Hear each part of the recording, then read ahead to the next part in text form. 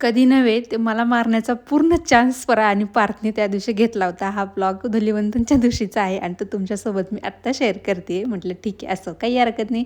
इथं सकाळी अंघोळ करायच्या आधीच हे आमचं धुलिवंदनचं सेलिब्रेशन सुरू होतं. पार्थ इतका एक्सायटेड होता ना, 2 दिवसापासूनच त्याचं आधीच प्लॅनिंग सुरू होतं, की मी असं करणार आहे, मी तसं करणार आहे, हे त्याचं प्लॅनिंग चालूच होतं. आणि इथं आदल्या दिवशी त्यांनी होळी पेटवली होती ना, तर त्या गवऱ्यांची जी राख असते ना, तीसुद्धा पाण्यात मिक्स केली होती. खरं तर लहानपणी या राखेपासूनच धुलवड खेळली जायची.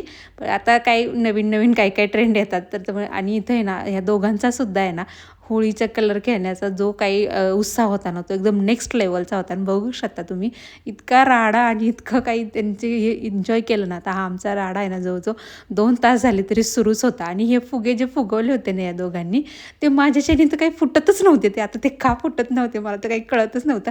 आणि मला आहे ना, ते जास्त जोरात मुलांना आहे ना मारू पण वाटत नव्हतं. म्हणजे माझी अशी इच्छाच होत नव्हती. ते फुगे जोरात फेकले ना, खूप लागत होते.